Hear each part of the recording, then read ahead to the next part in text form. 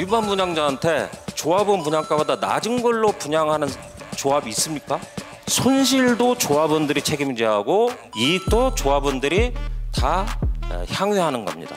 국세청에서는 사업만 타치한다는 거예요. 사업만.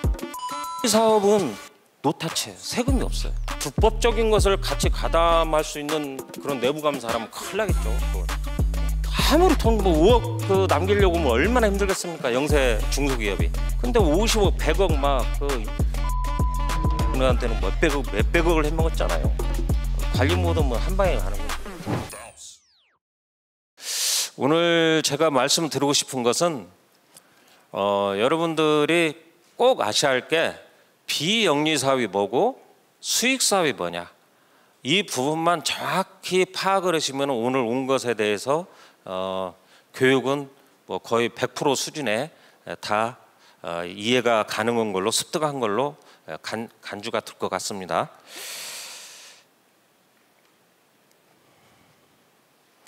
자, 고유번호증에 대해서 말씀드리겠습니다.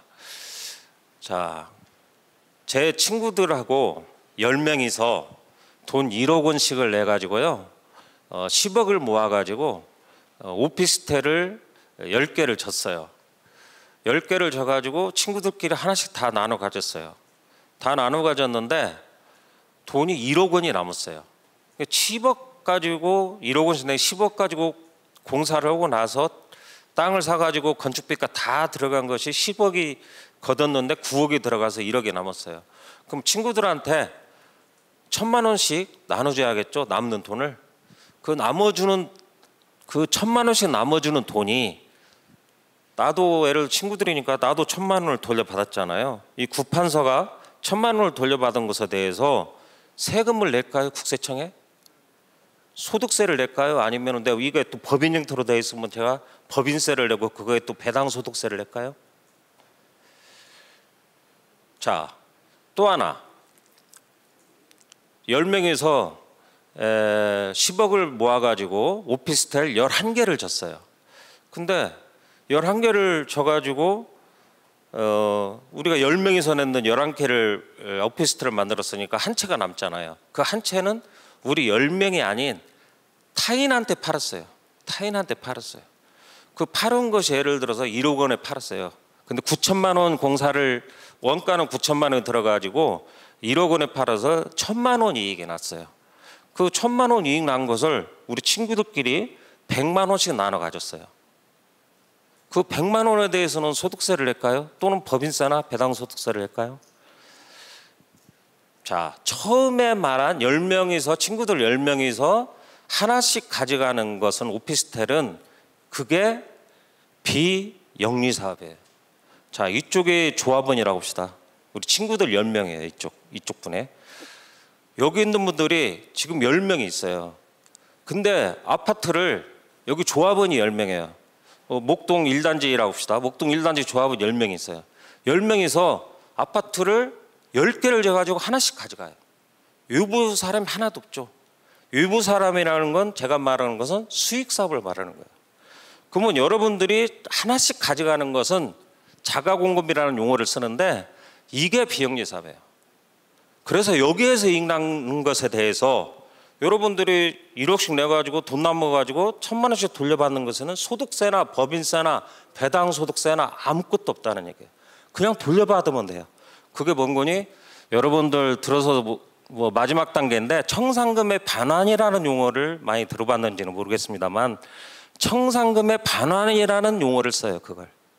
청산금의 반환. 자, 그러면은 1:1 재건축을 하는 데가 과연 우리나라에 있을까요? 현실적으로? 현실적으로는 없습니다. 아직은.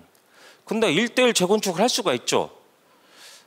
한 4, 5년 전까지만 해도요. 압구정 3구역 같은 경우에는 1:1 재건축을 하겠다고 했어요. 일반 분양 우리는 안 해. 왜 하냐? 일반 분양 한다고 하니까 서울시에서 뭐 기부채나 뭐 공원 용지, 도로 용지 뭘로 해서 많이 가져가는 거예요.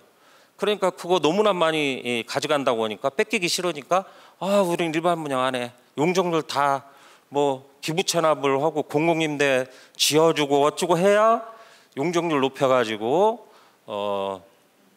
일반 분양이 이제 이루어지잖아요. 근데 우리는 일반 분양 안 할 거야. 1대1 재건축에서 우리는 하나씩 가져갈 거야. 그 대신에 우리는 기부 체납 안 할 거야. 이래갖고 버틴겼잖아요. 그런데 현실적으로 그게 참 어렵게 되잖아요. 일반 분양 안 하고 그 정비사업 하기가 쉽지가 않아요. 자기 돈이 많이 들어가는 거니까.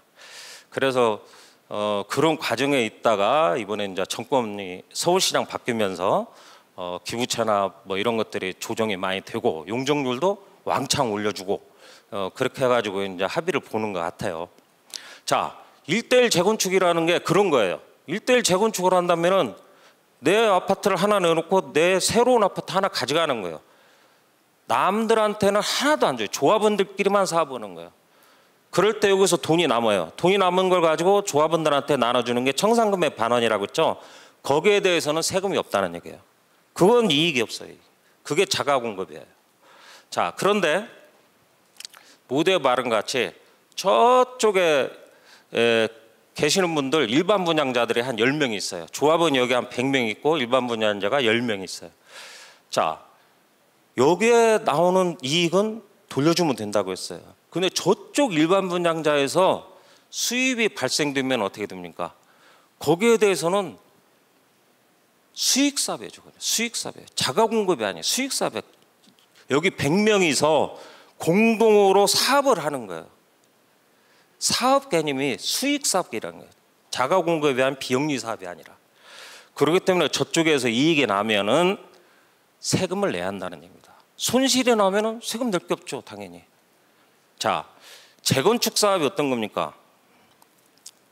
재건축 사업은 저쪽 10명의 일반 분양자한테 고가의 분양가를 받아가지고 거기서 남는 이익을 가지고요, 여기 조합원들의 건축비로 충당하는 사업이에요. 자, 저희가 분양가가 1,000만 원이라고 합시다, 평당. 그런데 일반 분양을 900만 원, 800만 원, 700만 원으로 일반 분양 합니까? 아니, 내 땅을 가지고 일반 분양자한테 오히려 거꾸로 건축비로 저쪽한테 적자나면서, 여기가 적자나야 저기는 분양가가 낮으면 여기는 적자나고 저희가 이익 나는 거잖아요. 일반 분양자한테 조합원 분양가보다 낮은 걸로 분양하는 조합이 있습니까? 하나도 없죠. 그렇게 하는 조합이 있으면 상식에 어긋나죠. 역으로 말하면은, 다시 한번 하면, 일반 분양가를 고가로 정해서 원가보다 높게 정해서 이익을 내 가지고 그 이익 난 걸 가지고 조합원들의 건축비로 충당하는 거예요. 건축비로. 그러면은 저쪽에서 이익 난 거 이를 갖죠. 그래서 조합원 분양가가 일반 분양가보다 통상 15% 전후가 낮게 가는 거예요.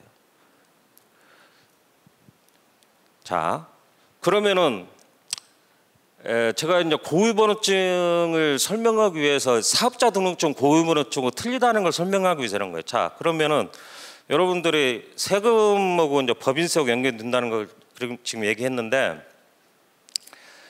이 부분을 잘 이해해야 마지막 단계까지 가서 여러분들이 이해를 못하는 조합원들한테 설득도 해야지만은 또 그렇게 됐을 경우에도 여러분은 충분히 이해를 해야 한다는 거예요. 이런 부분이 나올 수 있죠. 예를 들어서, 자, 조합원 쪽도 손해가 났어요.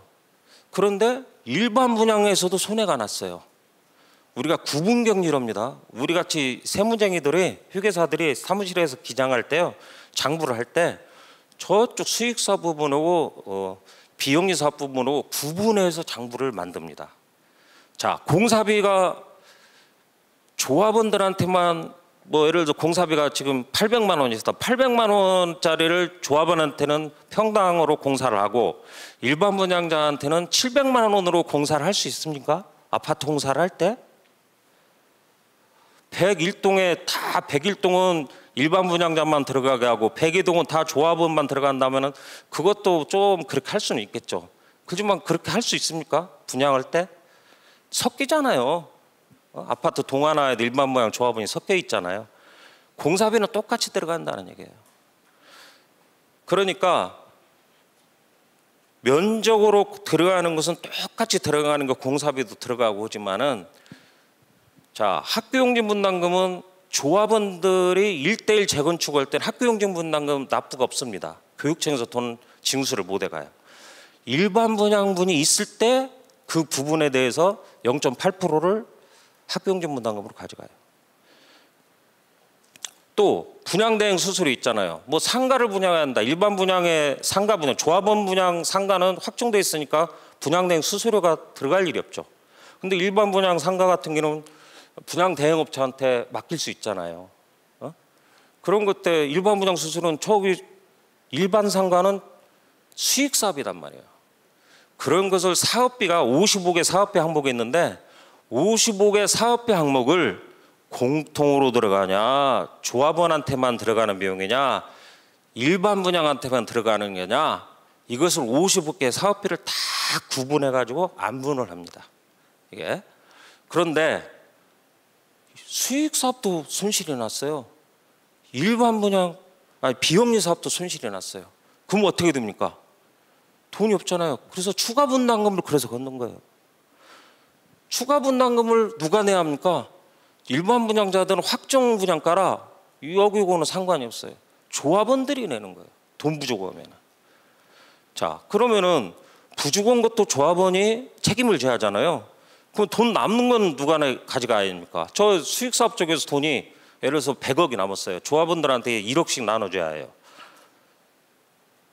저기서 수익사업 쪽에서 법인세 내고 난 나머지가 100억이 있는 것을 조합원들 100명한테 종전 토지 건물의 평가액이 똑같으라고 합시다. 다 똑같이 1%씩 갖고 있어요. 종전 토지 건물의 출자 비율이. 그러면 1%에 대해서 저기 100억을 가지고 여기 분들한테 주는 거잖아요. 손실도 조합원들이 책임져야 하고 이익도 조합원들이 다 향유하는 겁니다. 자, 조합원의 책임이 있다는 얘기죠. 손실이 나도 책임져야 하니까 이익이 나는 건 그것을 이익을 다 대신에 조합원이 가져가는 거예요. 자, 그러면은 저쪽에서 이걸 잘 질문이 많이 오는 거예요. 자, 수익수합 쪽에서 100억이 이익 났어요. 근데 조합원 쪽에서 예를 들어서 50억이 손실이 났다고 합시다. 그럼 둘이 합치면은 저기 100억 플러스 마이너스 50억. 그러면 플러스 50억이죠. 플러스 50억 난 거에 대해서 세금을 내야 합니까? 법인세를 내야 합니까? 여기는 무시하고 저기 100억에 대해서만 세금을 내야 합니까? 이걸 가지고 이해를 못 하시는 분들은 빡치게 해야 한다고 해요. 여기 손실 났는데 왜 손실을 왜 여기를 저 이익하고 같이 해서 합산해 가지고 세금 내야지 왜 여기 것은 손실 난 것은 왜 무시하고 왜 저쪽 것만 세금을 내야 하냐 이렇게 얘기하시는 분이 많아요. 이게 막판이 되면 제일 싸움을 많이 하는 게 이 부분입니다. 이해를 못 하니까 안 된다는 얘기예요. 제가 누차 말했잖아요. 이익 난 것도 여기서 다 가져가고 손실 난 것도 여기서 책임지는 거잖아요. 조합원들의 책임이에요. 여기는 비영리 사업이고 저기는 수익 사업이에요. 국세청에서는 수익 사업만 타치한다는 얘기예요. 수익 사업만. 비영리 사업은 노타치예요. 세금이 없어요. 자가공급, 아까 친구들끼리 친인척끼리 돈 내가지고 하나씩 가져가는 건 사업이 아니라는 거예요. 비영리 사업이라는 거예요. 비영리 사업이 어떤 데가 많습니까? 단체들 많이 있잖아요. 협회들. 뭐 치과협회, 뭐 의사협회, 미술가협회, 협회들 많잖아요.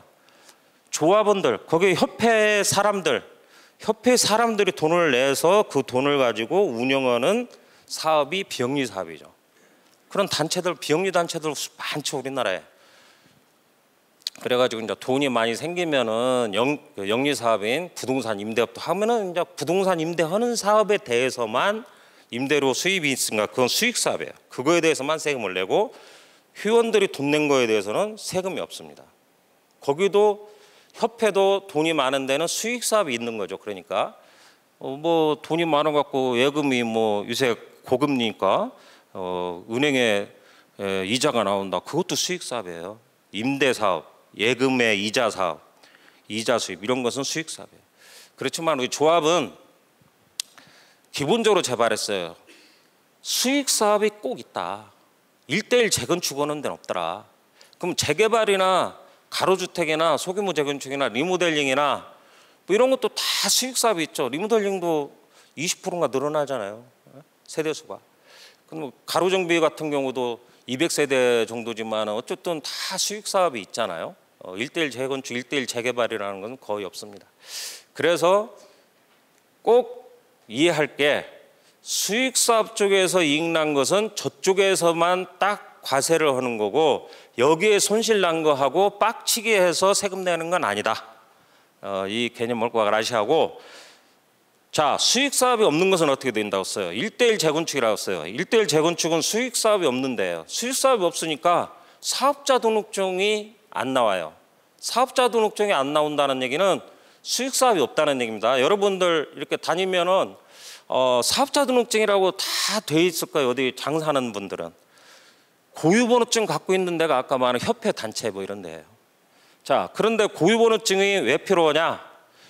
수익사업을 안 해요. 수익사업을 안 하는데도 고유번호증이 필요하다는 얘기예요. 그래서 세무서에서 고유번호증을 내줘요. 이거 왜 그러는군요.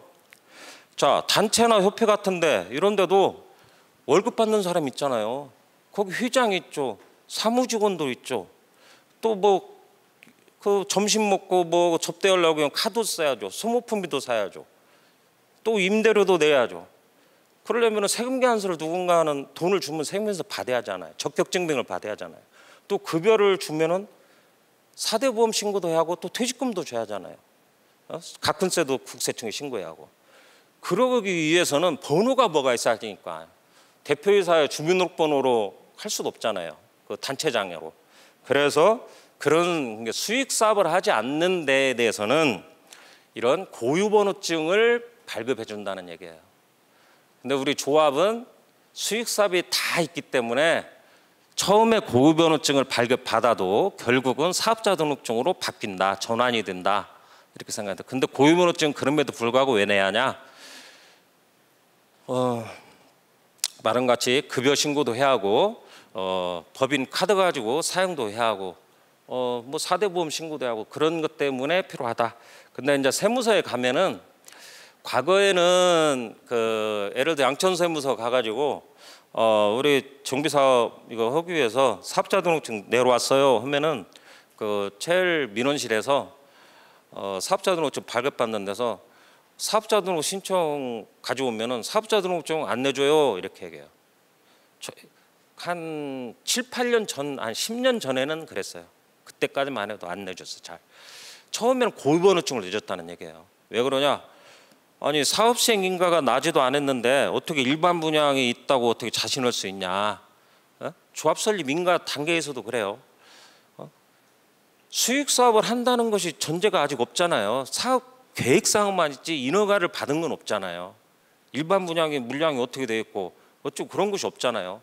여기는 뭐 우리가 조합원이 100명인데 앞으로 한 200세대 질 거예요. 이제 계획서만 있는 거죠. 인허가를 받은 건 없잖아요. 그래서 추진위원회 단계에서는 고유번호증을 많이 내줬어요. 세무서에서. 근데 지금은 이제 도시 및 주거환경정비법이 생기면서 그 후로 이제 많이 국세청에서 민원실에서 이런 분야를 알게 돼가지고 지금은 거의 사업자 등록증을 처음부터 내주는 데가 거의 대부분입니다. 그러면 사업자 등록증으로 고유번호증에서 사업자 등록증으로 전환되는 조합은 거의 없겠죠. 최근에는 처음부터 사업자 등록증을 많이 내주니까요. 근데 과거에는 고유번호증을 발급받아 있다가 조합 설립 인가, 조합 설립 인가는 법인 등록증이 나오죠. 도정법상으로는. 옛날에는 그 도시 및 주거 환경정비법 없을 때는 법인 등록증이 없었어요. 그때는. 그래서 법인 등록증이 없었기 때문에 재건축 같은 경우에는 공동사업자로 많이 했어요. 개인들의 조합원이 100명이면 100명의 공동사업자로 나왔어요. 법인사업자가 안 나왔었어요. 옛날에는. 재개발은 법인사업자가 나왔는데 재건축은 안 나왔었죠. 지금은 거의 처음부터 사업자 등록증이 나온다 이렇게 생각하면 됩니다. 사업자 등록증은 뭐냐? 수익 사업을 하는 비영리 단체다 이렇게 해석하면 됩니다. 우리 도정법상의 조합은 수익 사업을 한다는 얘기예요. 수익 사업을 안 하면은 그냥 고유번호증이고 수익 사업을 하는 비영리 단체 그게 우리 정비사업조합이에요. 그래서 추진위원회에서 이제 조합 설립 인가가 나오면은 조합 설립 인가 나오면 법인 등기부 등본이 나옵니다. 우리 여기 법인들 가지고 계신 분, 뭐 법인에 뭐 직장에 있는 분도 있을 텐데, 법인에 보면은 뭐 종류가 있죠. 법인도 주식회사, 한명합자, 유한유사 이렇게 4가지 종류가 있는데, 그런 데가 다 수익 사업을 하는 데죠. 그래서 우리는 비영리 단체라고 찍혀 나와요. 수익 사업을 하는 비영리 단체. 자, 아까 제가 말했잖아요. 자, 의사협회도 어떻게 나면 비영리 사업을 하는 비영리 단체라고 찍혀 나와요. 사업자 등록증에. 의사협회도. 그러면 수익 사업이 뭐가 있을까요? 의사협회는 거기 출판도 하고 그 자기들 개간지 같은 것도 조합원이 아니라 딴 데도 팔을 수도 있고, 또 임대 사업이 있잖아요. 건물에도 임차, 우리 임대 사업 있잖아요. 자기가 직접 쓰는 거 말고 타인한테 임차해 주는 거. 대부분 비영리 단체가 돈 있는 데는 임대 사업하고 예금에 대한 이자 수입, 이 정도가 대부분입니다. 그래서 사업자 등록증까지 말씀드렸습니다. 추진위원회 승인일부터 조합 설립 인가일까지 뭐 지출에 나왔는데, 뭐 이 단계는 거의 지출이 이루어진 여기 조합도 있겠죠. 뭐 안전진단비 같은 경우에는 뭐 알다시피 지금 현 윤 정부 대통령 이전에 문 대통령 그 막판에는 안전진단을 재건축이 정밀 안전진단이 통과가 안 된 적이 많이 있죠. 하도 재건축에 투기붐이 많이 이루어져 가지고 이걸 막아놨죠.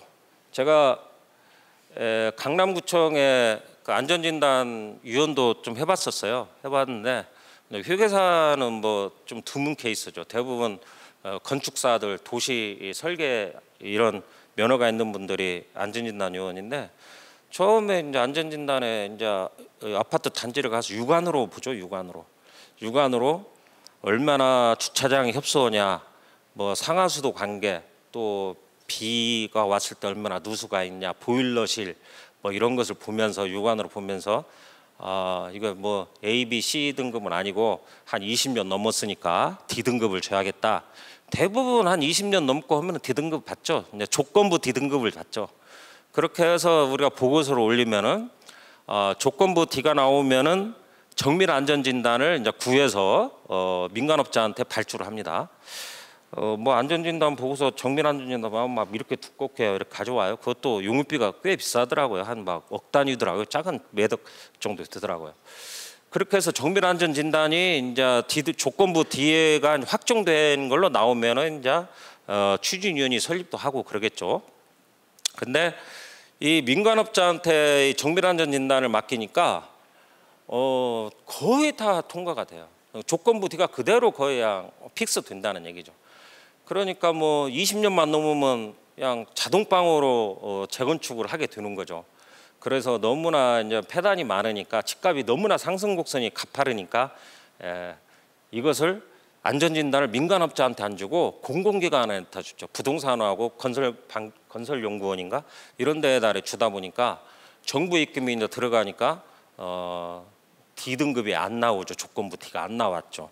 그래서 목동도 대부분 그렇잖아요. 목동에 여기도 그렇고 강남도 그렇고 20년 넘었는데도 정밀 안전 진단에서 통과가 안 돼가지고 여기에서 많이 브레이크가 걸린 거잖아요. 지금은 다 풀어졌죠. 그래서 다 지금은 다시 또 민간업자가 정밀 안전 진단을 하기 때문에 지금 거의 다 예의 없이 나옵니다. 그래서 대부분 이렇게 다녀보면은 목동은 그래도 강남구 일부 단지들 같이 주차난이 그냥 그렇게 심하지는 않는 것 같긴 한데, 그래도 뭐 여기도 단지마다 틀리겠죠. 편차는 있겠지만은 주차가 뭐 보통 문제가 아니죠. 제가 보기에는 그 주차 뭐 상하수도 이런 것은 뭐 어떻게 좀 터파기를 해가지고 좀 배관을 뭐 다시 한다고는 할 수 있겠지만, 주차는 어떻게 할 수가 없잖아요. 그런 불편함은 상당히 심하고 지금도 진행 중이죠. 뭐 측량비 나올 테고, 정비사업 전문관리용역비 대부분의 조합들의 안전진단 뭐 이렇게 전후로 해서 대부분은 이제 후겠죠. 정비업체들이 많이 찾아와서 추진위원장도 모시고 또 조합에 동의서도 받고 해갖고 추진위원이 설립하기는 50% 이상 동의서도 받으려고 정비업체가 와가지고 처음에 많이 일을 하죠. 근데 뭐 사실 초창기에 돈이 많이 들어가죠. 돈이 많이 들어가는데 이 정비업체가 상당히 중요하죠. 정비업체가 중요한데 여기 정비업체 여러분 상식적으로 정비업체의 조건은 자본금이 5억 이상이 필요합니다. 5억 이상이 필요하고 이 자본금 5억이라는 기준이 이런 겁니다. 예를 들어서 부실 자산이 있으면 그것은 5억으로 자산을 인정 안 하죠. 예를 들어 정비업체들이 조합에 대여금을 옛날에 지금도 많이 대여금을 빌려주는 경우가 있죠. 그런데 막 그 5년 10년 된 대여금들이 있어요. 조합이 이제 없어져 버렸던지 아니면은 조합이 살아 있어도 너무나 진행이 안 되는 거죠. 그런 것을 우리 회계사들이 이제 정비업체들도 진단을 하는데 그걸 부실자산으로 해요. 부실자산 또는 가지급금 대표회사가 돈을 가져갔다. 그것도 부실자산이고 대여금도 아까 좀 이상한 것도 대여금들 그런 것도 다 부실자산으로 오고 결손이 나도 다 자본금에서 까져요. 그래서 5억이 실질 자본금 5억이 안 되면은 징계를 받습니다. 징계를 받으면 그 자본을 증자를 해야 해요. 증자를 하지 않으면 안 되고 또 인적 구성 요건도 있죠. 인적 구성도 또 회계사나 세무법인이나 또는 법무법인 이런 데하고 컨설팅 계약을 맺는다든지 아니면 뭐 5년 이상 뭐 이쪽 정비업계 근속 연수가 있는 사람 몇 명 이상 확보해야 한다는 이런 조건들이 있습니다. 그래서 최근에 뉴스도 한번 나왔어요. 뭐 징계받은 정비업체가 2군데가 서울에 있어가지고 뭐 이게 상당히 무섭더라고. 형사처벌 같은 거 벌금만 한번 내도 정비업체를 아예 못 해요. 그러니까 너무너무 무서운 그 처벌이에요. 여기는 정비업체 입장에서는. 그래가지고 지금 2군데가 정비업계에서 퇴출된다는 기사까지도 나왔는데 여러분들이 정비업체 뽑을 때 그런 것도 좀 보고 뽑아야 합니다. 실질 자본금이 있는지 또 이렇게 서울시에 뭐 어떤 징계나 또는 형사처벌을 받은 것이 있는지 그런 걸 모르고 계약했다면 또 어차피 또 바꿔야 하잖아요. 그럼 바꾸려면 또 그것도 돈이잖아요. 그래서 그 정비업체 뽑을 때도 조심해야 한다 이런 말씀만 드리고요. 다음에 설계 도시 설계는 뭐 이제 땅에 갈 정비계획 수립이니까 땅에 관련된 용역을 주로 하는 거고 건축 설계는 건물에 관련된 일을 주로 하죠. 그래서 건축 설계 이거에 대해서는 여러분들이 한번 꼭 조심해야 할 게 자, 우리가 설계업체하고 계약을 했어요. 자, 그런데 착수금을 뭐 계약과 동시에 뭐 20% 주기로 했고 뭐 또 조합 설립가나면 한 50% 주기로 하고 사업신가나면 뭐 잔금 주기로 했다. 이렇게 했다. 단순하게 했다고 합시다. 계약을. 자, 그런데 20% 도급 계약이 10억이라고 봅시다. 그럼 20%는 2억. 2억에 대해서 착수와 동시에 계약과 동시에 2억을 주기로 했으니까 예를 들어 세금계산서를 딱 2억을 끊어왔어요. 조합에 설계사무소가. 그럼 2억 2천 부가세까지 2억 2천을 딱 조합에 청구를 했을 경우에 여러분들이 꼭 아셔야 할 게 세금 계산서를 끊어온 것 자체에 대해서는 한번 생각을 해야 해요. 왜 그러는 거냐? 우리 조합의 사업은 국민주택 규모 이하를 짓는 아파트도 있고 국민주택 규모 초과를 짓는 아파트가 있고 상가를 짓는 것도 있잖아요.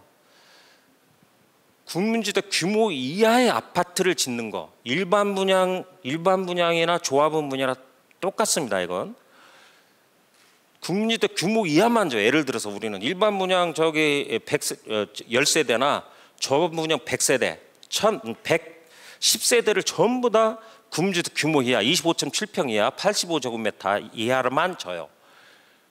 그러면은 초과되는 게 없잖아요. 국민주택 규모 초과는 85제곱미터 전용 면적 초과, 그러니까 일반적으로 34평형이죠. 34평이 초과되는 아파트를 안 짓는다면은 건설을 그 건축 설계비에 그 사람들이 2억 2천에 대해서 세금 계산서를 끊어온 것에 대해서 2천만 원 부가세를 달라고 하는 세금 계산서가 부가세가 포함된 거잖아요. 그거에 대해서는 여러분들이 조합 임원들이 그러면 안 되고 이거 세무계산서 2억 2천 갖고 온 거 잘못 끊어왔으니까 가져가시고 계산서로 가져오라고 해요. 2억짜리 부가세가 없는 거. 왜 그러는 거냐? 국민주택 규모 이하의 공사에 대한 설계는 부가세가 없어요. 그러니까 이런 거예요. 자, 우리가 부가세가 있냐면 확정적으로는 사업시행 인가가 나와야 하잖아. 사업시행 인가가 나와야 국민주택 규모 초과가 몇 세대, 일반 분양이 몇 세대, 조합은 몇 세대 뭐 이런 것들이 쭉 나오잖아요. 그러면은 자, 상식적으로 생각합시다. 최근에 아파트를 짓는데 국민주택 규모 초과의 아파트 질 확률이 면적이 예를 들어서 100평을 짓는데 국민주택 규모 초과의 아파트를 질 확률이 몇 평이나 될까요? 10% 20% 그 정도밖에 안 됩니다. 어떤 데는 다 100%가 국민주택 규모 이하를 짓는 데도 많고요. 그러니까 자, 처음부터 부가세를 세금 계산서를 전부 다 달라고 하는 것은 잘못된 거죠. 오히려 거꾸로 계산서만 가져오고 나중에 10% 초과되는 것은 잔금 줄 때 그때 주는 게 맞잖아요. 네? 정산 개념이니까. 제일 마지막에는 어차피 잔금 줄 때는 그동안에 면적이 확정되고 한 거니까 그 면적이 확정된 것에 대해서 설계도 예를 들어서 국민주택 규모 이하가 90%, 국민주택 규모 초과가 10% 되면 9대 1로 세금 계산서 계산서를 각각 꺼내야 한다는 얘기예요. 제가 왜 이 말을 하는 거니? 자, 그런데 여러분들이 모르고 설계회사가 세금 계산서 끊어 부가세를 달라고 하니까 줬어요. 부가세를 준 거에 대해서 모르고 줬다 얘기가 될까요? 그게 배임이 된다면 어떻게 할까요? 돈을 안 줘도 될 걸 미리 줬잖아요. 근데 조합장님이 모르잖아요. 경리가 모르잖아요. 담당 임원도 모르잖아요. 근다고 해서 세무사 사무실이 일일이 다 코치를 우리 여직원들도 못 한다고 합시다. 그럼 누구 책임이에요? 세무사 사무실 책임입니까? 조합장 책임입니까? 누구 책임이에요? 그래서 여러분들 조합은 꼭 초창기, 그러니까 처음 단계에서 돈 나가는 것 중에서 제일 리스크가 있는 게 설계비입니다. 자, 여기 말하는 도시 설계비는 이건 토지에 대한 거예요. 구역지정 정비계획 수립 이런 것들은 토지에 대한 용이라 부가세가 다 나가요. 면세가 없습니다. 다 부가세를 줘야 한다는 얘기예요. 근데 건축 설계는 꼭 간만해요. 이거 하고 어떤 거냐? 시공사. 시공사는 이제 관리처분 인가 나서 철거부터 시작하죠. 철거. 자, 시공사도 어차피 설계비하고 시공사는 꼭 우리가 짚고 넘어가야 하는 거예요. 자, 설계회사가 GS건설이 자, 관리처분 인가 났어요. 관리처분 인가 났으면은 뭐부터 시작합니까? 2주 철거부터 해야죠. 2주 철거. 그럼 2주 오는 것은 용역사가 있어요. 따로.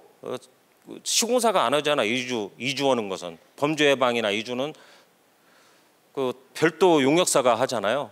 그럼 철거는 누가 합니까? GS건설이 하잖아요.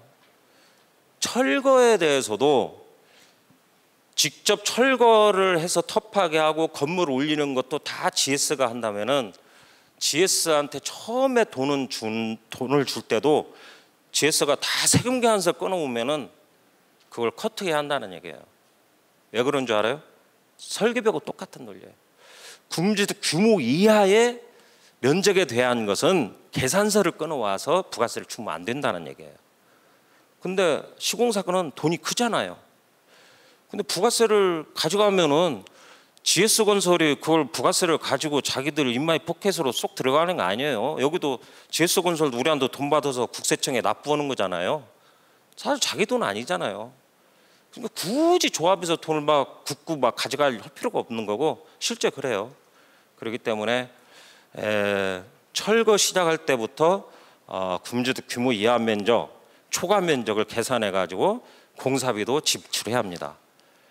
초창기에는 설계비, 철거할 때는 시공사. 이 두 가지는 꼭 기억하고 있어야 해요.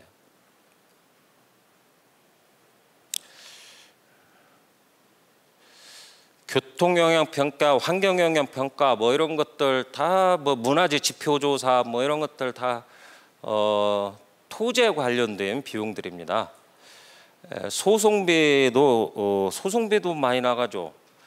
소송비가 뭐 도정법상으로는 매도 청구를 할 수 있는 거. 매도 청구가 뭡니까? 나는 분양 안 받을 거야. 분양 안 받을 거야. 그래서 조합원을 이제 그래서 조합에 팔고 순수하게 그냥 합의 감정평가된 금액으로 팔고 나가면 상관이 없는데 현금 청산자들이 그냥 나가는 사람이 드물잖아요. 뭐 조합에 뭐 간평 받은 것보다 더 많이 달라고 하는 경우도 있고, 특히 상가조합원 있는 데는 더 심하죠. 상가조합원 있는 데는 상당히 더 골치 아프죠. 재건축이나 재개발이나 상가조합원 있으면 상당히 골치 아픕니다. 근데 이제 재개발 같은 경우는 임대 수입이 이제 재건축도 임대 수입 때문에 이분들이 반발도 있고 그러지만은 임대 수입이 있는 그런 재개발 조합 같은 뭐 이렇게 이 구역이 이렇게 상가가 좀 모여 있잖아요. 대부분 구역들이 이제 그렇게 따로따로 막 동네 골목에 있는 상가들은 협의가 빨리빨리 드는데 모여 있어도 그나마 좀 장사가 드는 데는 그 건물주들이 임대료를 받아야 하기 때문에 잘 동의를 안 해주잖아요. 그럴 경우에는 뭐 가유로 돈을 더 주고 영업손실 보상금리 나가지만은 거기 또 가유로 나가서 막 주는데 협의 과정이 상당히 오래 걸리고 그래서 상당히 골치 아픕니다. 어쨌든 그럼에도 불구하고 매도 청구를 강제적으로 사갈 수가 있죠, 조합이. 그래서 이제 반발을 하고 그런 과정에서 변호사들이 이 소송을 많이 대리해서 하죠.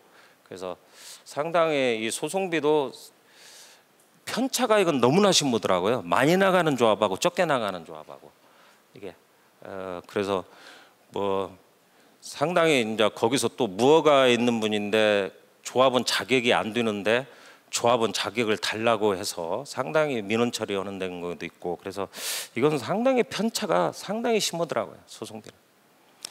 자, 감정평가는 종전 토지 건물 여러분들이 감평을 받는 그 조합에 출자하는 금액을 가지고 감평을 하죠. 그래서 이게 상당히 중요하죠.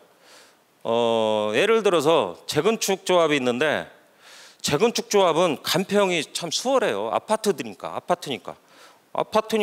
뭐 아주 감평이 뭐 층만 틀리죠. 1, 2층하고 저 중간층, 로얄층, 뭐 꼭대기층 뭐 이렇게 3단계로 나눠 가지고 딱 감평은 쉬운데 재개발 같은 경우는 상당히 민원이 엄청 심하죠. 그래서 조합이 한 군데 선정하고 구청이 한 군데 선정해서 두 군데에서 감정평가 부분이 산술평균 해가지고 이제 금액을 여러분들 땅으로 이제 다 감평하잖아요. 그런데 단독주택 갖고 있는 분들이 불만이 많아요.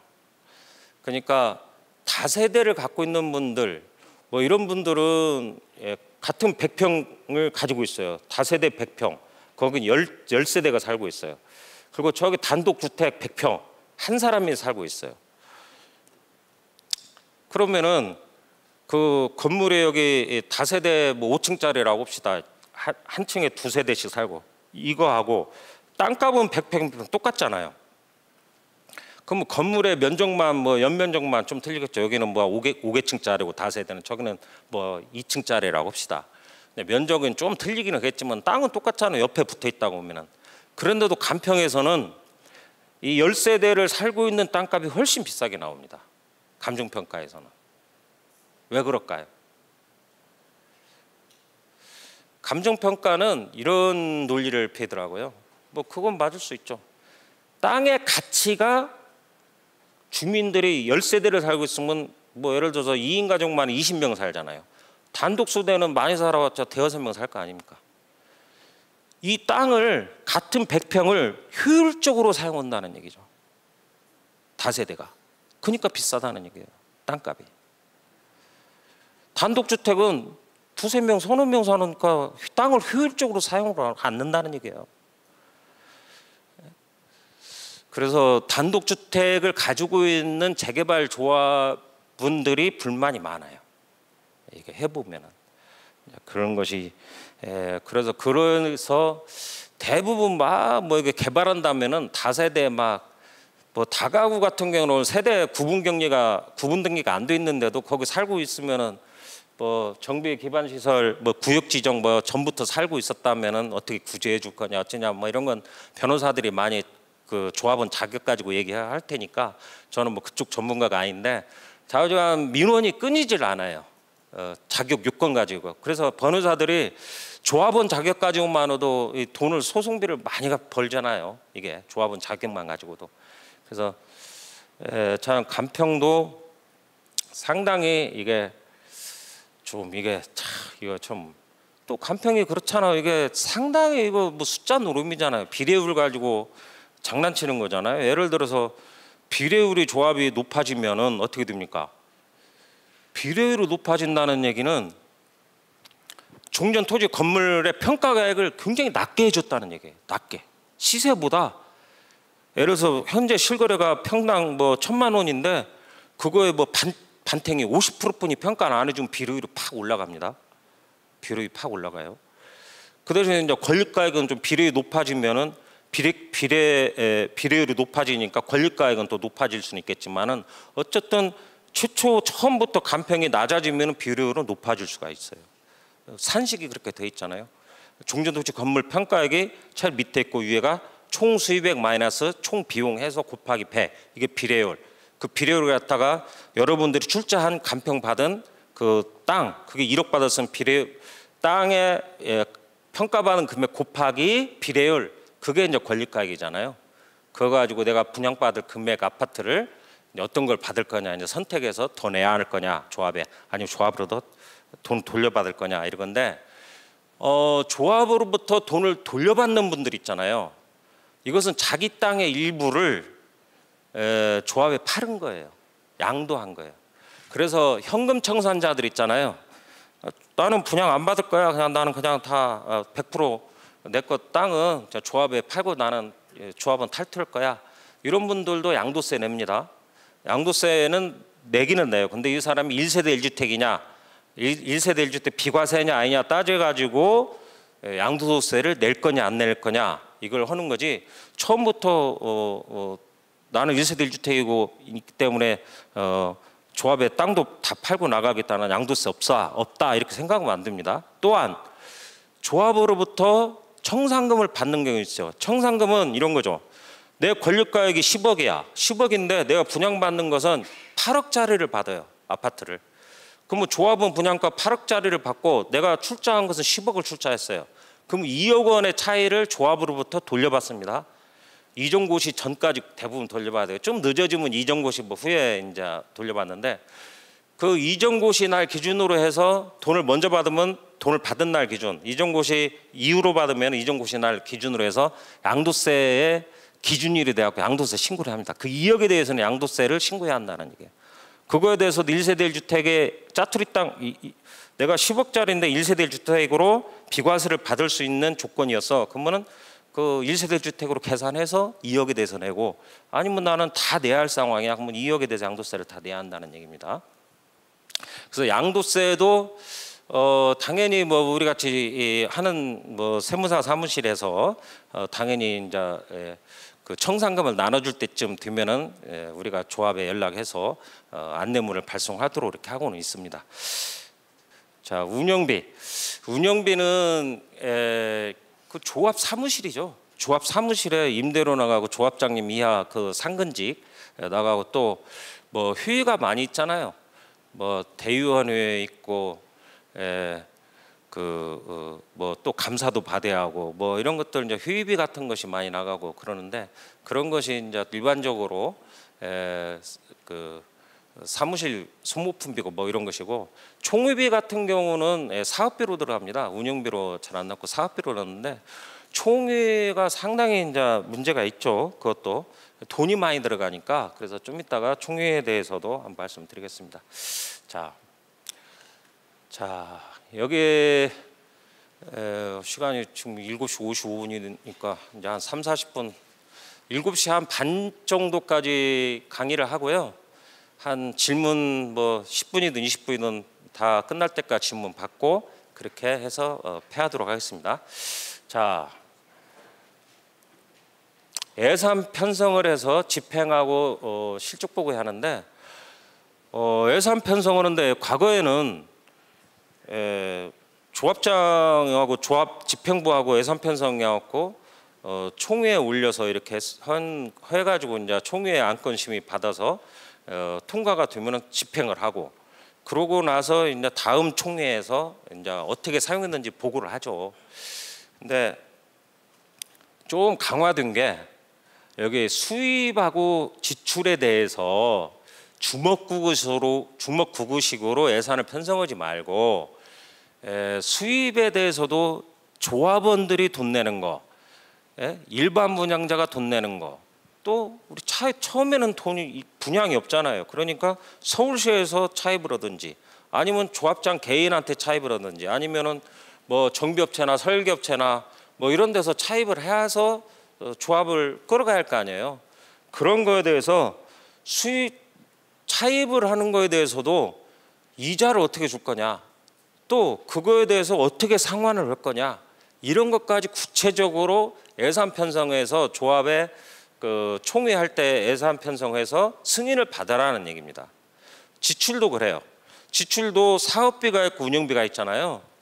사업비가 있고 운영비는 사무실 유지비라고 했잖아요. 사업비는 대부분 토지 관련된 비용이고 건물 관련 비용이겠죠. 그런 거에 대해서도 사업비 총액에 대해서도 아우타란이 거의 나와 있으니까 그거에 대해서 예산 편성해갖고 승인을 받고, 다음에 운영비 같은 경우에는 연도별로, 그건 1년 1년 그 계획이 나오죠. 사업비는 1년 1년 짤 수가 없어요. 통으로 그래서 많이 짜요. 그냥 갑자기 사업비가 많이 들어가는 해도 있고 적게 들어가는 해도 있기 때문에 변수가 많기 때문에 총 사업비는 항목별 55개 항목을 그냥 그 항목별로만 해서 이렇게 짜면 될 것 같고, 운영비는 연도별로 땁니다.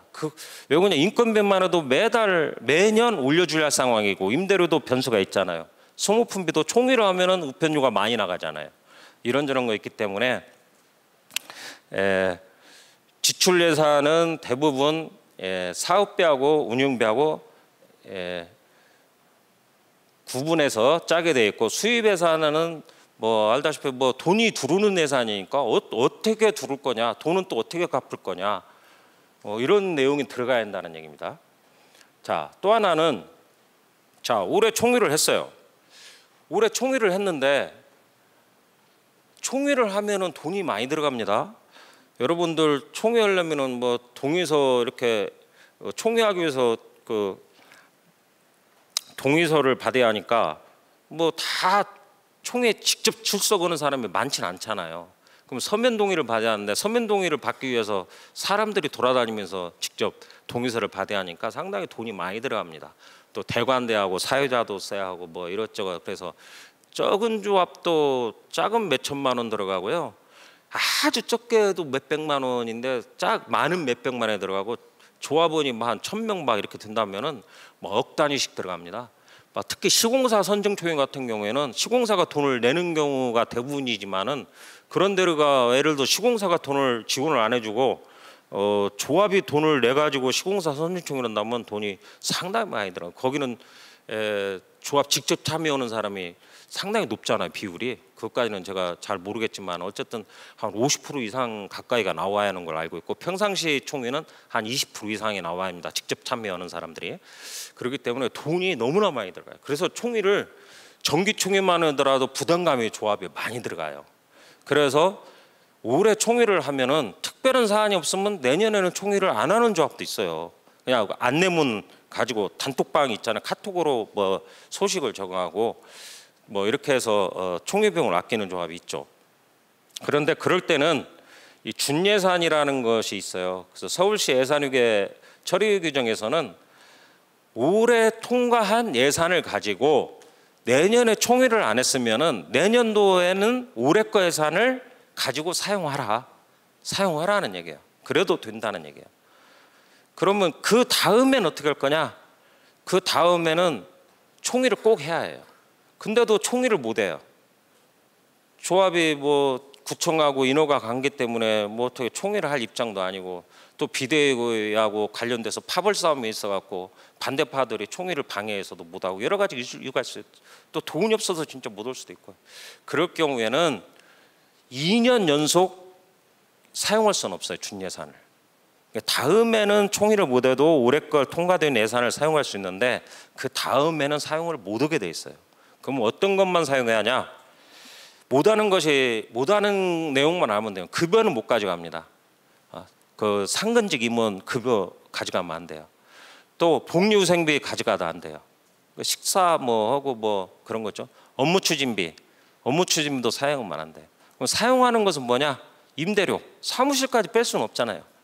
또 우편료, 소식지는 안내문 보내줘야 할 거 아니에요. 뭐 이런 정도 수준입니다. 그래서 상당히 2년 동안 총리를 모두 안 하면은 상당히 힘들어집니다. 근데 이게 서울시만 그래요. 서울시만 이렇게 서울시 예산유계 규정이라는 것을 만들어 가지고 그 틀에다 딱 묶어놨어요. 근데 지방은 뭐 항상 이러죠. 다음 총회에 있을 때까지는 이번 통과한 예산으로 계속 사용할 수 있음 이렇게 단서 조항을 하나 해가지고 통과를 시켜놓으니까 뭐 그런 준예산 개념이 없습니다. 서울시만 이 준예산 개념이 아주 타이트하게 있다 이렇게 생각합니다. 운영비나 사업비의 집행에 대해서는 여러분들이 그 적격증빙이라는 걸 꼭 아셔야 합니다. 적격증빙이 뭔 거냐? 세금 계산서, 신용카드, 체크카드, 현금 영수증입니다. 그래서 이런 것을 사용하라는 얘기예요. 그래서 그렇지 않은 경우 뭐 업무 추진비는 유가 원칙에 의해서 사용해야죠. 현금 뭐 외경사비 현금 쓴다든지 뭐 이런 경우 같은 경우에는 증빙이 없을 수 있잖아요. 그래서 그런 거 유가 원칙에 의해서 해가지고 클린업 시스템에 지금 매달 이제 3개월 한 번씩 대의원이 3개월 한 번 자금 일부 만들어서 현금 출납부 만들어서 올릴 때 그런 것도 업무 추진비를 어떻게 사용하는지 꼭 올리게 되어 있고요. 그래서 적격 증빙이 없는 것은 지출결의서에 꼭 내용을 유가 원칙에 의해서 표시를 잘 해놔야 합니다. 또 하나는 여러분들이 체크카드나 뭐 신용카드 쓰는 경우는 거의 없습니다. 조합이 대부분 체크카드나 현금 영수증을 받아오겠죠. 그런데 뭐 이렇게 파벌 싸움은 나올까요? 뭐 자주 그렇게 돼가지고 제가 실태조사 한번 나가서 이렇게 보니까 고소고발 사건이 있었는데 이 체크카드 쓴 거 가지고 고소고발 사건이 일어났어요. 횡령이다 아니다. 왜냐하면 그 조합의 집행부가 여기 양천구인데 양천구에서 이렇게 뭐 밥 먹고 어쩌고 한 것은 상관이 없겠죠. 점심시간에 또는 저녁시간도 특별한 뭐 사유가 있다면 그래도 뭐 먹을 수 있겠죠. 그런데 양천구가 아니라 뭐 여기서 좀 나가면 뭐 여기 시와나 뭐 어디 가까운 데가 안산이라든지 바닷가에 갔다든지 저 고양시 뭐 한강 있는데 위쪽으로 가서 밥 먹었다든지 이런 것은 업무에 관련성이 있냐며 가지고 파벌 간의 패권 다툼이 있었으면은 반대파가 당신 고향 어디 뭐 유원지 같은데 이렇게 가서 음식점에서 밥 먹었는데 이거 업무에 관련이 없는 거다 해가지고 횡령죄로 이제 고소를 하는 거예요. 그러면은 그 카드를 사용한 사람이 소명을 해야 하잖아요. 업무의 관련성을 입증을 해야 하잖아요. 이제 그렇게 싸움을 하는데도 제가 실태조사 나가서 봤어요. 그래서 꼭 업무 관련성 있는 것을 해야 하고 서울시에서는 대의원 회의나 뭔 휴일을 끝나서 그 당일날에 그 저녁 식사 정도는 괜찮은데 오늘은 뭐 대의원들이 많이 안 나와서 뭐 다음 주 뭐 토요일 날이라든지 다음 주 무슨 특정인 날을 뭐 잡아서 저녁에 식사합시다. 그렇게 하는 것도 못하게 이렇게 해요. 그래서 상당히 타이트하게 막아놨다 이렇게 생각하시고 또 하나는 이게 체크카드 하나 가지고 점심시간에 막 11시부터 한 2시까지 한 3군데에서 막 이렇게 카드 끄는 경우가 있어요.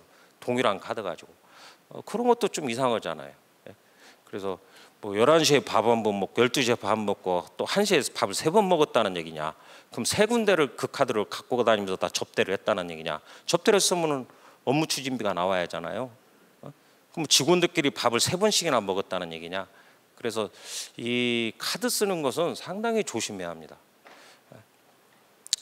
그 아까 설계비나 건축 설계비나 시공사회에서 돈 받는 것에 대해 계산서를 받을 거냐, 세무계산서 받을 거냐는 금액이 이제 계산서, 세무계산서 문제지만은 이 카드 가지고 쓰는 것도 상당히 금액은 적지만은 조심성 있게 사용해야 한다.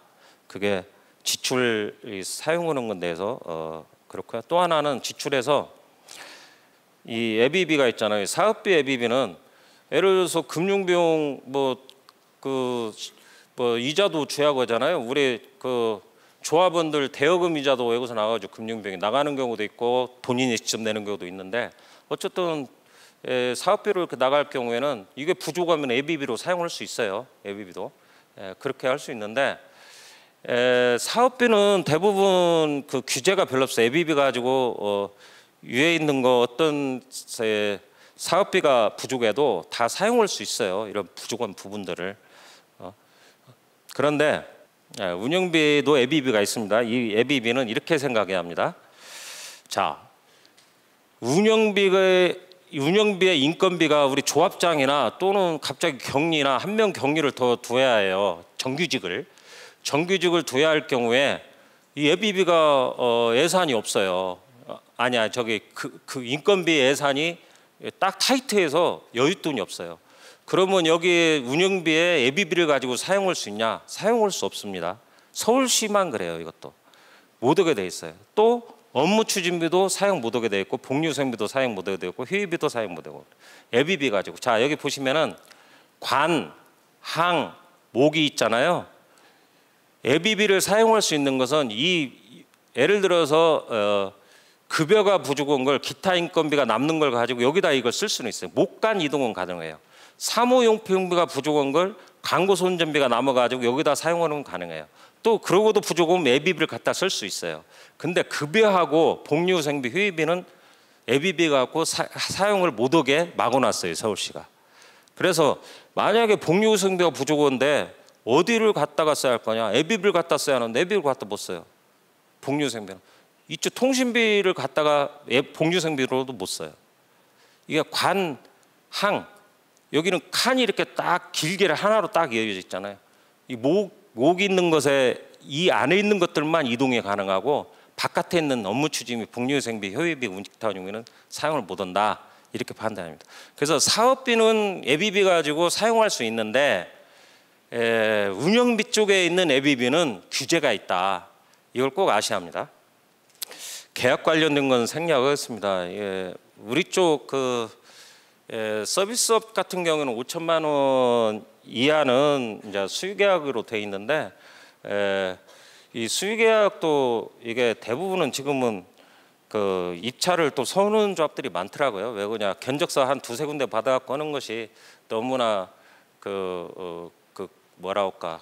입찰을 부르는 사람이 적을 수도 있고 그런 것 때문에 좀 이건 하나 제가 말씀드려야 할 게 자, 사업비를 줄 때 용역 개시 30일 전에는 지급 불가 이렇게 됐어요.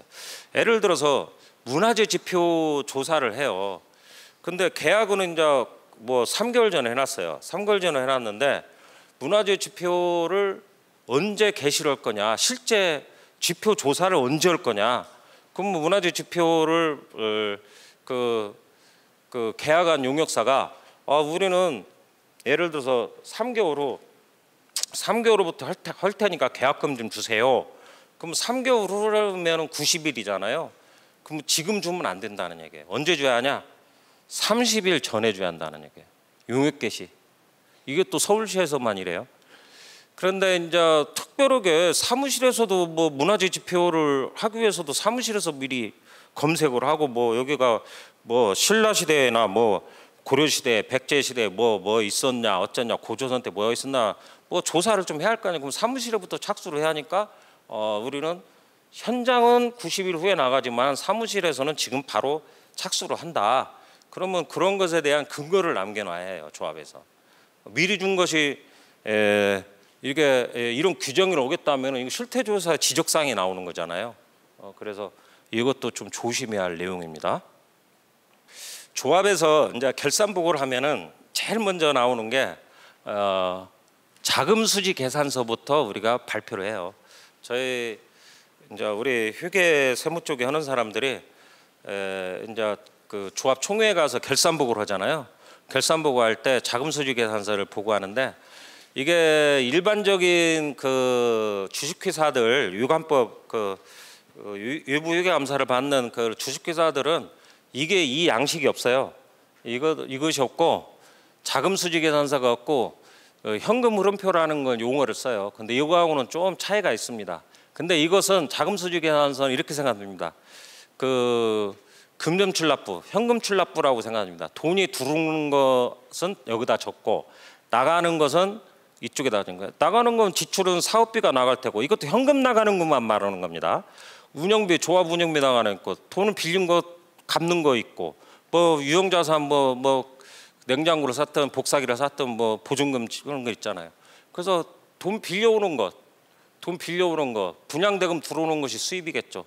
또 은행에서 이자 수입 들어오는 것도 수입이겠고 돈을 빌려준 것에 조합에서 돈 빌려준 거 휘소는 경우는 거의 없겠죠.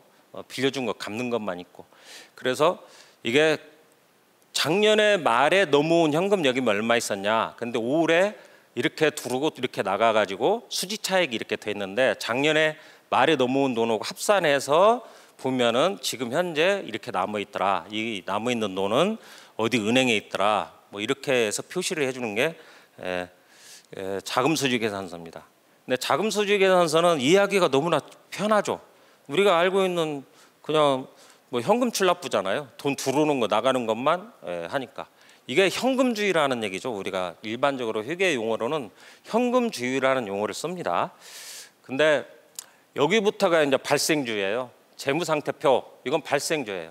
예를 들어서 내가 어떤 사람한테 돈을 빌려줬어요. 그러면 돈을 빌려줬으니까 우리가 대여금이잖아요. 대여금 돈 빌려줬으니까 대여금도 자산이다는 얘기예요. 우리가 그 자산으로 들어가야 해요. 여기 비유동자산 1년 내에 받을 거면은 당좌자산이고 미수금이고 1년 후에 받는 것은 1년 후에나 돈 받을 거는 장기 비유동자산이다. 또 우리가 돈 사업비 나가잖아요. 매년 사업비가 뭐 몇백억씩 몇천억씩도 나가잖아요. 앞으로 그러면 그것은 재고자산에 들어갑니다.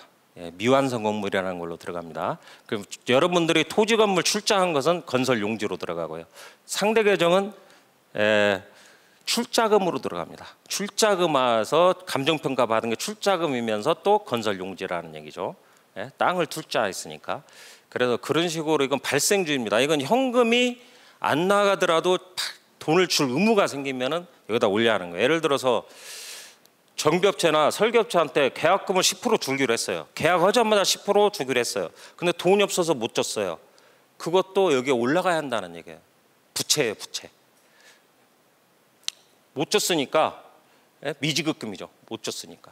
그래서 이것은 현금에 관계없이 발생되면은 여기다 올리는 게 재무상태표다. 그래서 발생주의 회계에 의한 거고 초도에 말한 자금 흐름표로는 현금 흐름표는 자금수지 계산서는 현금주의, 재무상태표는 발생주의, 운영계산서도 발생주의입니다. 이것도 아까 그 자금수지 계산서 상은 현금주의라고 했잖아요. 이것도 발생주의로 작성된다. 이렇게 생각합니다. 그래서 여러분들이 발생주의는 크게 생각할 필요 없습니다. 현금주의에 보면은 이것만 보시더라도 돈이 어떻게 나가고 돈이 어떻게 들어왔는지 수입이 분양금 수입, 차입금 수입, 기타 수입, 지출은 사업비로 어떻게 나갈지 사업비가 크게는 한 55개 든다고 했잖아요. 이 항목들이 쭉 55개를 나열이 다 돼 있습니다. 그다음에 조합 운영비도 한 20개가 됩니다. 이게 운영비가 뭐 종류가 한 20개 있어요. 이것도 쭉 나열을 해줍니다. 돈은 그럼 어떻게 또 상환해 주냐 이런 것이 있기 때문에 이것만 봐도 조합이 오랫동안 돈이 어떻게 들어와서 나갔구나 하는 것을 알 수가 있죠. 이것은 이제 조합 설립 인가시 회계감사를 한번 받게 되어 있는데 3번 받는데 조합 설립 인가하고 사업식 인가, 준공 인가인데 이것만 틀려요. 조합 설립 인가시는 발생주의로 계산해서 3억 5천만 원 이상인 데는 받아야 한다. 근데 사업시행령이나 준공에는 현금주의라고 했어요. 현금주의. 근데 왜 여기만 왜 발생주의냐? 생각을 해보시면 딱 간단해요. 아까 제가 말했잖아요. 조합의 초창기에는 돈이 없잖아요. 돈이 없으니까 현금이 없으니까 용역비를 못 줘요. 못 주니까 돈은 줄 의무는 생겼어요. 의무 생긴 건 3억 5천 이상이 돼요. 뭐 설계비나 정비업체 돈 줄 것만 해도 뭐 두 가지만 해도 3억 5천이 넘겠죠. 그래서 3억 5천이 이미 넘어버리는데 이걸 현금주의로 해놓으면 회계감사 받을 조합이 거의 없어요. 그러면은 초창기에 돈 들어간 거에 대해서 검증을 할 수가 없잖아요. 제 유부 인사가 회계사가. 그래서 이때는 그래서 현금주의로 해놔야 3억 5천만 원이 다 넘어간다. 근데 이걸 발생주로 해놓으면 3억 5천이 안 되는 조합이 많아요. 실제 돈이 없으니까 뭐 집행을 못 하니까. 그래서 이때는 조합 설립 민간화했을 때는 발생주에 의한 3억 5천 이거 없는 조합 없죠. 근데 여기 사업신인가에 현금주의로 해도 7억이 안 넘어가는 데가 있겠습니까? 여기 14억 안 넘는 뭐 몇천억짜리 공사하는데 돈이 사업비가 공사비 빼고도 예를 들어서 1,000억의 사업비라면은 80%가 공사비라고 했잖아요. 그러면 나머지 1,000억에 나머지가 200억 있잖아요. 200억은 거의 여기에서 씁니다. 예. 그 사업식 그 관리처분 인가 전에 이미 한 200억 정도는 쓴다는 얘기예요.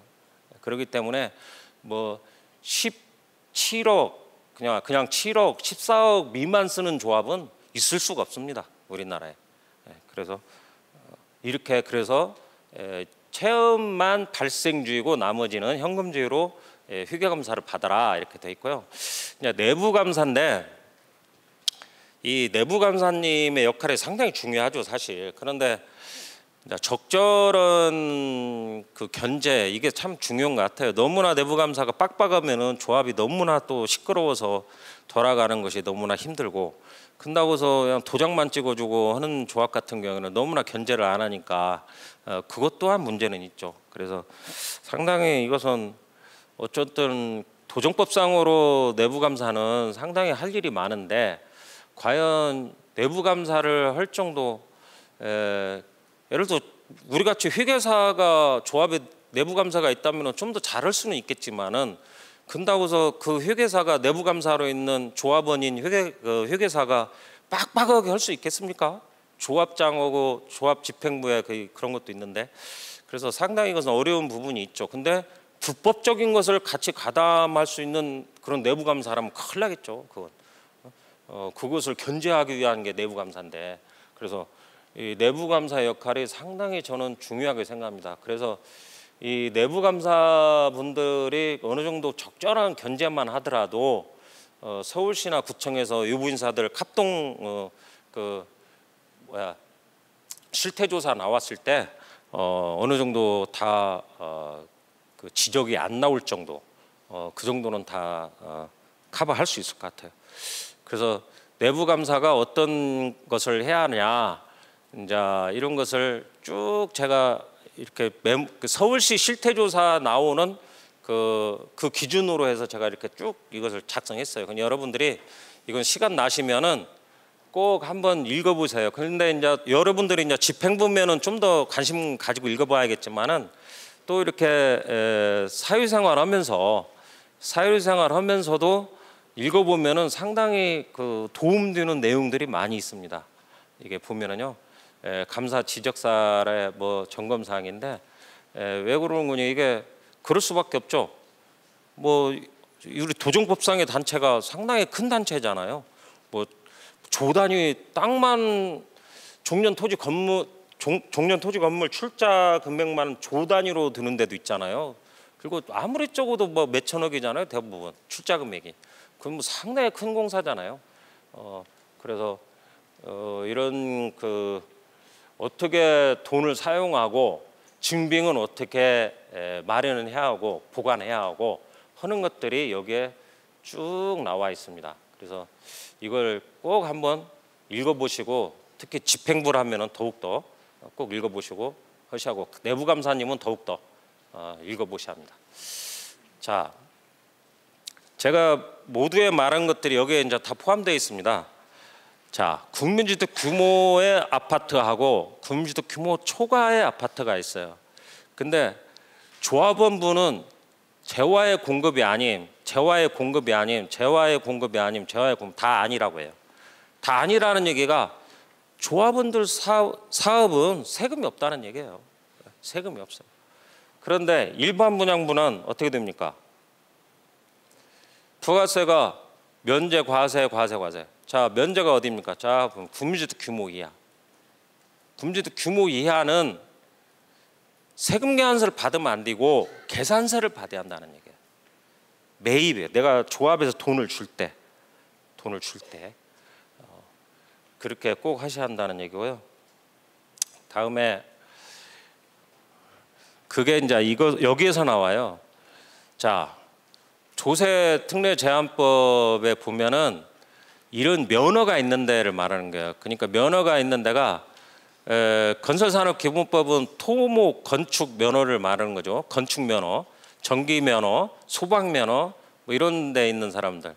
또 건축사법에 의해서 건축 면허가 있는 사람들. 근데 우리가 여기서 그 시공사하고 그 건축사 이 두 가지 말하면 됩니다. 우리 한전이나 막 이런데 소방은 좀 계산서를 끊어오는데 한전 같은 경우에 막 그 한전의 전기 같은 거 막 폐관하고 가스 수도도 폐관하고 있잖아요. 공사할 때. 그럴 때나 다시 신규로 막 이렇게 설치할 때도 다 부가세를 받아가요. 왜 그러냐? 그게 있더라고요.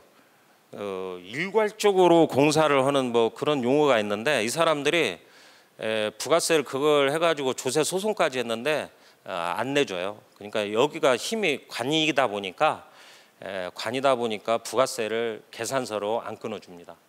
여기가 힘이 더 센 거죠. 그래서 우리는 결론적으로 시공사하고 건축사한테만 계산서를 제대로 받아야 한다. 이렇게 이해하시면 됩니다. 요새 그 법인세에서 제일 그 여러분들한테 리스크가 제일 많은 게 조합원들이 지금 이제 초기 단계지만 결국은 이주를 해야 하잖아요. 조합원들이 이주를 할 때 이사비를 받죠. 이사비를 적게 받는 조합은 300, 500, 많이 받는 데는 2,000, 3,000 받아요. 이사비를.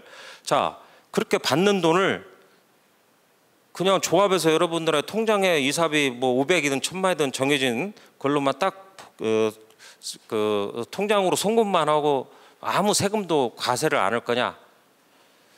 국세청에서는 지금 현재 이 여러분들이 이사비를 받아가는 조합원들이 이사비를 받아가는 자체가 배당으로 봐요. 그래서 배당으로 보기 때문에 15.4% 원천징수를 하고자 합니다. 그러니까 이자나 배당은 15.4%를 조합이 국세청에다 납부를 하고 나머지 돈, 예를 들어서 100만 원을 준다면은 15만 4천을 공제하고 84만 6천 원을 죄한다는 얘기입니다. 그래서 그 공제한 것은 관할세무서에 납부를 해야 한다는 얘기예요. 그걸 왜 배당이냐? 이게 또 하나 배당이 있고요. 또 하나 배당이 있어요. 여러분들이 결국은 조합원들이 100명이서 100명이 이사를 가야 하잖아요. 이사를 가면은 조합에서 여러분들 이사를 위해서 이 주변 시세, 전세대금 시세의 60%, 70% 정도를 대출을 해주게 돼 있어요. 그래서 알선을 해주도. 그래서 여러분들 땅에 이제 보증이 담보로는 들어가지만은 시공사가 그걸 또 담보를 해줍니다. 해서 그 대출을 이제 여러분들 이사하기 위한 그 전세 보증금이든 주택 구입 자금을 대출을 해주잖아요. 그거에 대해 이자를 조합이 내줄 거냐, 여러분들 조합원들이 낼 거냐, 이게 두 가지 방법이 있잖아요. 그러면 조합이 내주는 것은 여러분들의 언젠가는 갚아야 할 돈으로 회계처리합니다. 지금은. 근데 과거 한 5, 6년 전에는 어떻게 처리했는 거냐? 그냥 사업비로 처리했어요. 아까 이사비나 이사가구에서 500만 원, 2천만 원 받는 거나 이주비 대여금 이자 이것도 다 사업비로 해가지고 법인세 신고할 때 조합원분하고 일반 분양분하고 나눠서 비용 처리를 했었어요. 근데 이게 국세청 예규가 나오고 또 부산청, 대구청 이런 데서 세무조사를 하면서 어떻게 했는군요. 다 이걸 배당으로 과세를 했어요. 근데 그거에 대해서 국세청이 이겼어요. 지금까지는. 그렇기 때문에 돈을 줄 때는 15.4% 원천징수를 하고 지금은 줍니다. 그러면 원천징수 하기 싫으면 배당으로 보기 싫으면 어떻게 하냐? 대여금 처리를 해야 대여금. 돈을 빌려준 거다. 돈을 빌려준 거는 뭡니까? 언젠가는 갚아야 하는 돈이죠. 조합원들이 조합에. 그렇게 하면 배당소득세가 아니에요. 근데 논리가 어떤 거니? 저도 그래서 우리 제가 하는 데는 일단 대여금 처리를 하자고 해요. 또는 이렇게 해요. 조합의 수입과 지출을 같이 잡는 거예요. 수입은 여러분들이 언젠가는 조합에 돈을 내야 하잖아요. 그 조합이 그 사업비 대여금 이자로나 또는 이사비를 준 거에 대해서는 조합의 돈을 언젠가는 상환해야 하잖아요. 그건 조합의 수입으로 잡는 거예요. 또 사업비도 똑같아요. 돈을 줬으니까, 대납을 해줬으니까, 이사비도 줬고 이주비 대여금 이자도 조합이 계속 돈을 매달 은행에 납부를 해주잖아요. 그것을 했기 때문에 그건 사업비로 잡고 이것을 수입으로 잡는 거예요. 수입과 사업비로 같이 잡을 거냐, 아니면은 수입은 잡지 않고 다 대여금으로 처리할 거냐, 두 가지 방법이 있어요. 그런데 최악은 뭔군이 배당소득으로 신고하는 거죠. 자, 배당소득으로 신고하면 어떤 문제가 됩니까? 자, 조합원 분양에서는 이익이 나든 손실이 나든 여기는 세금이 없다고 했어요. 그럼 배당이라는 건 어떤 겁니까? 저쪽 수익사업에서 10분의 수익사업에서 10분이 일반 분양해가지고 거기에서 돈이 남으면은 그거에 대해서는 법인세가 있다고 했어요. 법인세가 예를 들어서 1억이 남았으면 법인세를 11% 내죠. 그냥 1,000만 원 낸다고 합시다. 그러면 9천만 원이 남아요. 그 9천만 원 남은 것을 누구한테 줘야 합니까? 여기한테 주는 겁니다. 조합원들한테 나눠줘야 해요. 그럼 100명한테 나눠주면 뭐 9만 원인가요? 그렇게 나눠준다고 합시다. 9만 원 줄 때 어떻게 합니까? 15.4% 배당소득을 공제하고 또 주는 거예요. 그러면 이제 받는 사람 입장에서는 어떻게 합니까? 그거 하고 조합에서 받은 배하고 본인이 다른 데서 상장회사에서 배당받는 것도 있을 수 있고, 비영리 법인한테 배당받는 것도 있고, 또 금융기관에서 이자 받는 것도 있고, 이자든 배당이든 상관없어요. 이자 배당 합쳐서 그에 받은 것이 2천만 원이 초과되면은 내가 직장 생활했나면 월급이 있고, 또 자영업하면 사업소득이 있잖아요. 그거 합산해서 5월 달에 다시 소득세 신고를 해야 해요. 그럼 15.4% 미리 낸 거 플러스 또 세금을 또 내요, 5월 달에. 자, 그런데 지금 조합에서 저 수익사업 쪽에서 돈이 많이 남았어요. 돈이 남아갖고 여기 한 사람당 1억씩 가져가는 조합도 많아요. 더 이상 가져가는 조합도 많고. 사업성이 좋은 조합은 엄청 좋으니까요. 그러면은 그것을 한 번에 1억씩 다 나눠줄 거냐? 1억씩 나눠주면 2천만 원은 훨씬 높아지잖아요. 그러면 1억을 한 번에 나눠주면 5월 달에 배당소득 15.4% 공제한 거 빼고도 5월 달에 납부월세액이 상당히 많아요. 누진세율이니까. 소득세는 6%에서부터 41%까지 하는 누진세율이에요. 그렇기 때문에 상당히 비쌉니다. 그래서 쪼개서 줘요. 예를 들어서 이럴 수 있겠죠. 12월 31일 날 한 번 주고 다음에 1월 1일 날 한 번 주면 해가 바뀌니까 합산이 안 되죠. 1년 단위니까. 이자 배당에 2천만 원 쪼가되는 거죠. 이런 게 하나 있고요. 그래서 쟁점이 이 이사비나 이주비 대여금 이자를 어떻게 할 거냐, 이게 배당하고 관련된 거 있고, 그게 지금 요새 법인세에서 상당히 논란의 문제가 있고요. 또 하나는 배당이 수익사업이 돼서, 예를 들어서 수익사업이 돼가지고 법인세 내고 남은 걸 배당을 어떻게 할 거냐, 이것도 하나의 또 키포인트가 되고요. 그 다음에 또 하나는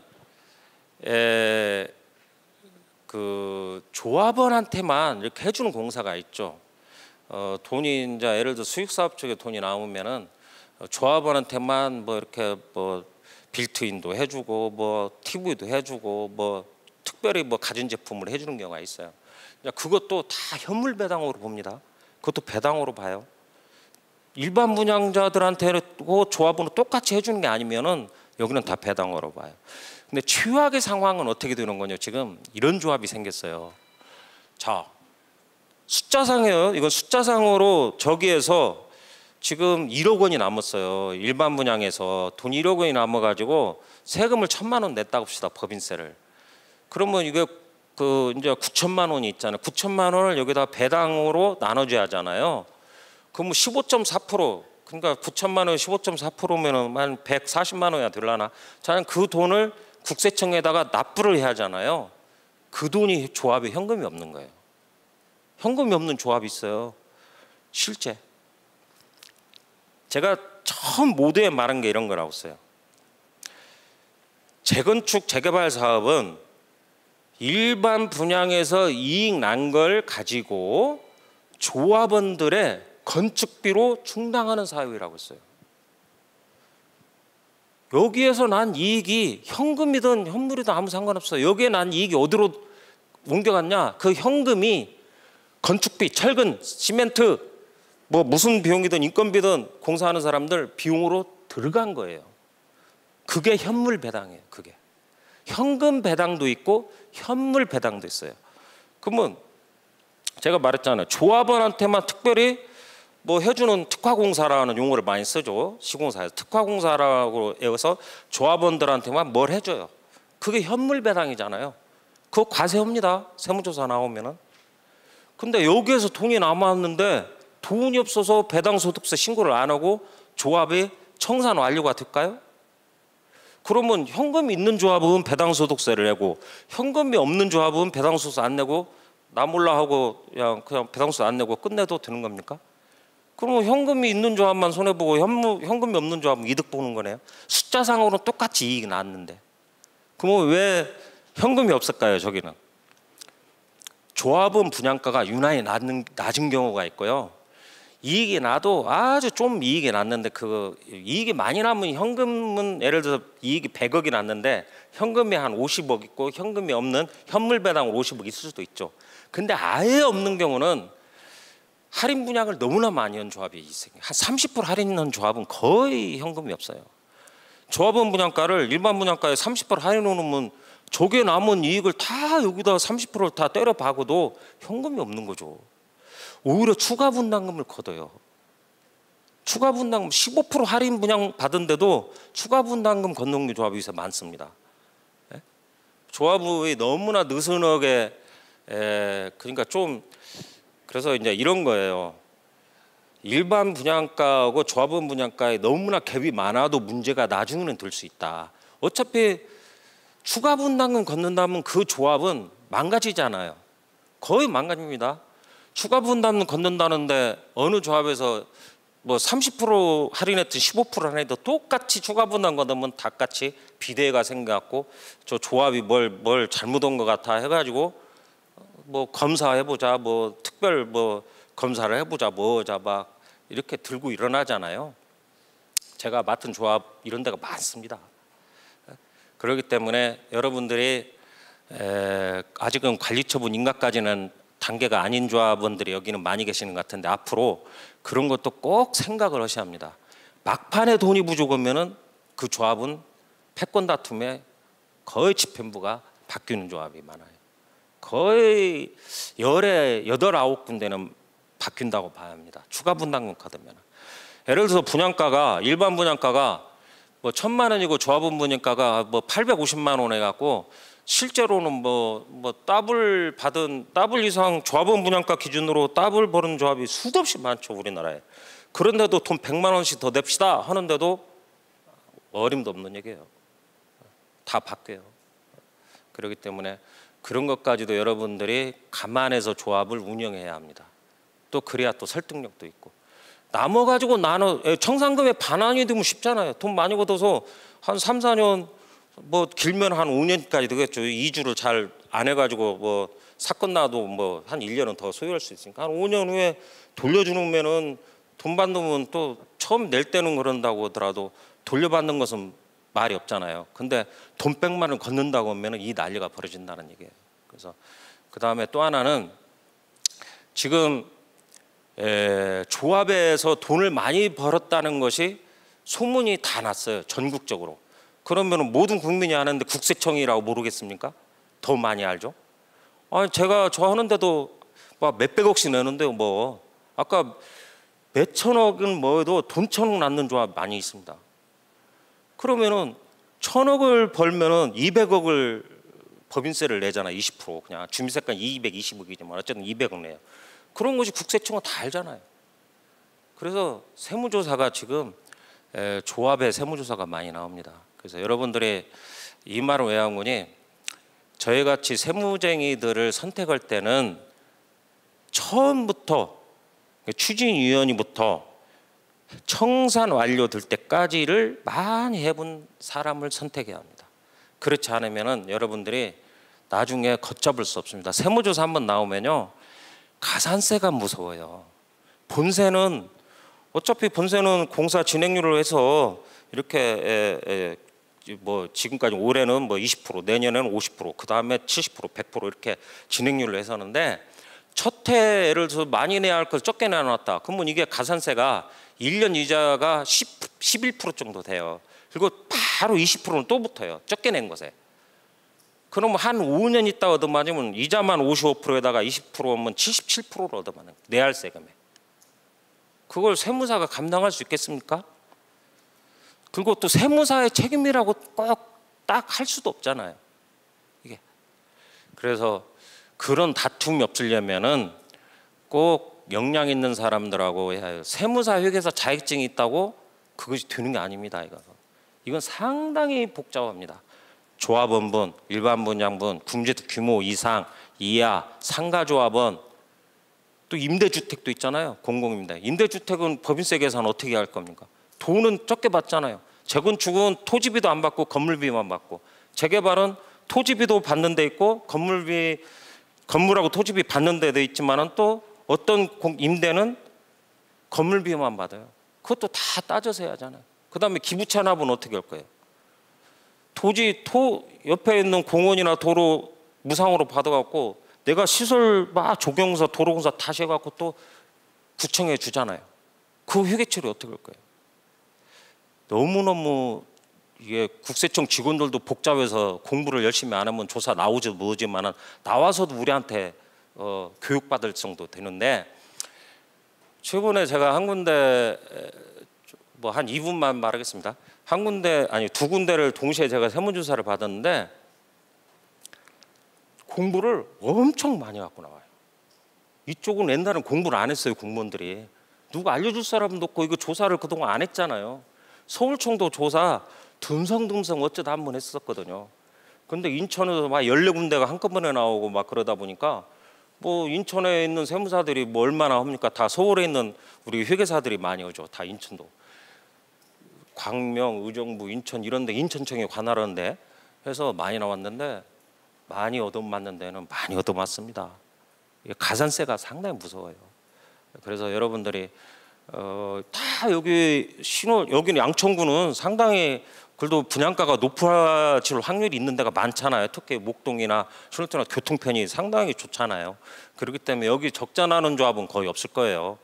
그래서 상당히 세금 문제에도 많이 신경을 써야 합니다. 여러분 계약하면서 돈 전략하는 것도 상당히 중요하죠.